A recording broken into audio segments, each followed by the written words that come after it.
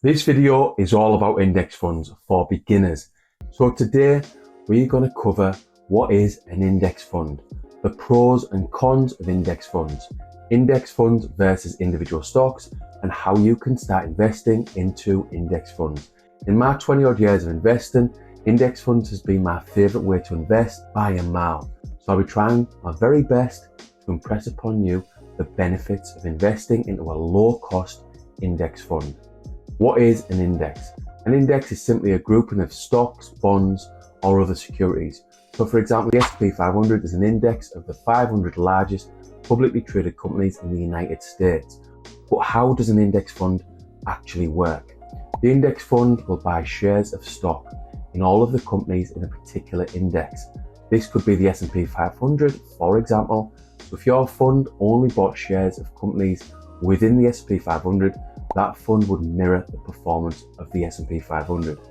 So if the S&P returns 15% in a given year, your fund gets returned at 15%. And it's the same the other way. Let's say American companies have a bad year and the S&P goes down by 15%. Well, your fund is going to go down by 15%. This is what happened in 2020 because of COVID-19. So now, let that info sink in. And if you're a total beginner, get that important information in this video written down so you really learn and understand index funds. Now you've got that locked in, let's look at the pros and cons of index funds. 1. Diversification. Index funds offer instant diversification by investing into a basket of stocks that represent a particular index, such as the S&P 500 or the NASDAQ. If you want even more diversification, you could get an index fund that tracks multiple indexes. The fund I invest into has exposure to US equities, UK All Share Index, emerging markets, and many more. This means my fund is globally diversified, and that's the way I like it. Let us imagine you decide to go with an index fund that tracks the FTSE 100. Yes, you're diversified, as you're going to get exposure to several companies, but what if companies in the UK have a bad year or a few bad years, like in 2018 and 2020? Just something to think about. I'd rather bet on the markets on a global scale rather than individual countries, again giving me more diversification than just going with a fund that only tracks one index like the S&P 500. 2. Low cost. Index funds generally have lower expense ratios compared to actively managed funds, making them a cost-effective way to invest in the stock market.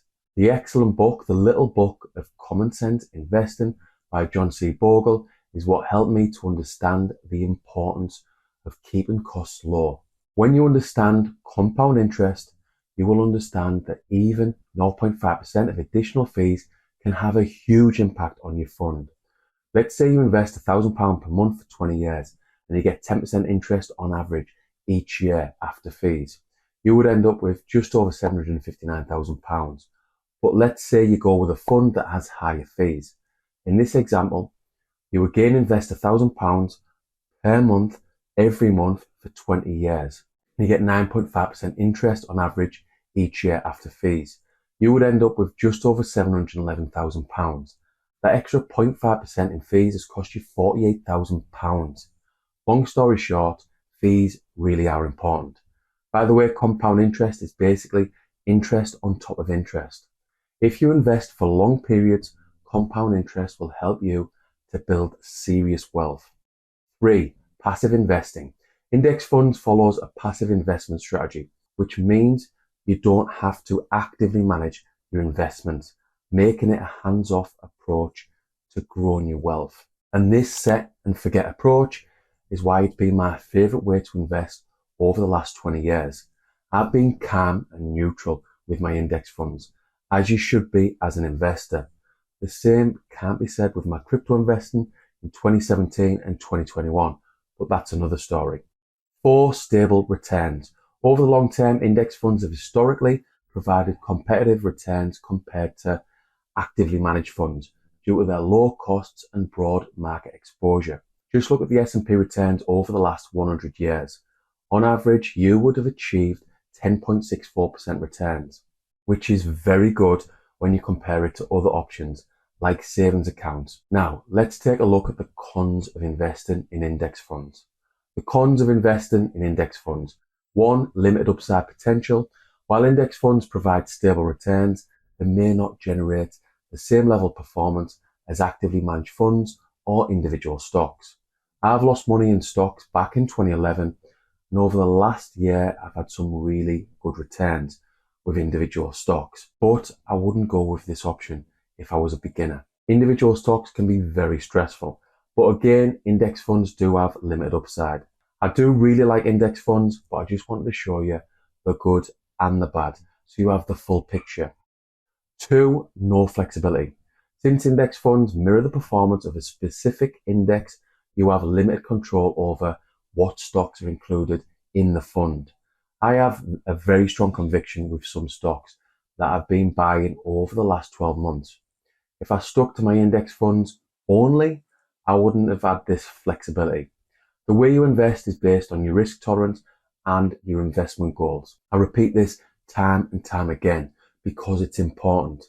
If you're low risk, I would probably stick with low cost index funds only. 3. Market risk. Index funds are still subject to market volatility and can experience fluctuations in value during economic downturn or stock market corrections. If you look at the performance of the S&P 500 over the last 100 years, you're going to see that there's been many years showing negative returns. This is when you have to zoom out and think long term and try to remember that indexes like the S&P have achieved over 10% on average. Your index fund will go up, it'll go down, but based on historical data, it will revert to the mean and go up by a decent amount over time. Index funds versus individual stocks. Investing in individual stocks can be riskier as the performance of a single company can have a significant impact on your investment. After losing our life savings back in 2011, I can tell you that individual stocks are very high risk if you're not sure what you're doing. Index funds, on the other hand, are less risky due to their diversified nature. Another positive for beginners to consider is that index investing is straightforward and requires minimal effort compared to researching and picking individual stocks. Beginners might not have the time, knowledge, or resources to analyze and select individual stocks effectively. I'm quite happy to research individual stocks now, but it's taken a lot of painful trial and error. Index funds typically have lower fees and expenses compared to trading individual stocks. These low costs can have a significant impact on returns over the long term. There are loads of reasons why index funds are better than individual stocks for beginners. The main one for me is the psychological benefits. For beginners, the volatility and potential losses associated with individual stock investing can be hard emotionally.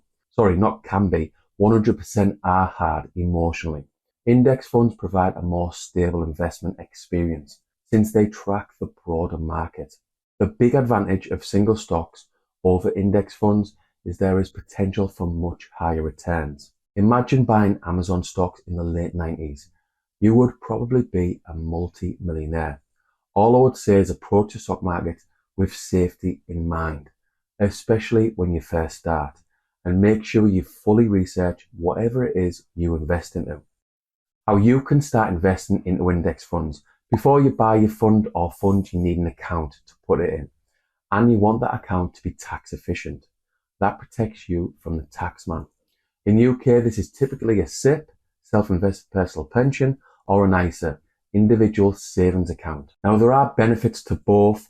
The main thing is to shelter your investments from tax. Now we need to choose a suitable platform. I've used quite a few, including Vanguard, Hargreaves and Lansdown, and AJ Bell. But my preference is Vanguard, based on the low costs and ease of use of the platform. I started with Hargreaves and Lansdown back in 2019, but I moved to Vanguard later that year because the costs were lower. If you choose to go with a fund within your ISA, for example, compare funds on a fund rating site like Morningstar. Put the work in and do the research, and read books by John Bogle, Warren Buffett, Ray Dalio, Tony Robbins, Andrew Craig, David Sawyer, and much, much more. These books have helped me to understand the fundamentals. Take your time to choose your fund. I started with a Life Strategy 80-20 fund made up of 80% stocks and 20% bonds, but I've now moved to a Life Strategy 100 fund because bonds aren't very good when inflation is high. Think costs and taxes. I invest in a low-cost index fund and I'm tax efficient as I use my ISA and SIP. Whatever country you are from, learn where to put your fund and be as tax efficient as possible. So I said at the start of the video that investing in index funds is my favourite way to invest. And I also said I'd be doing my best to convince you of the numerous benefits. Hopefully I've done my job and you've gained some value from this video all about index funds. If you want more info on how to invest, see below where I provide links to further resources to make it as easy, as simple as possible for you to start investing. With everything I've got, good luck with your investing and thanks for taking the time out of your day to watch this video. Good luck.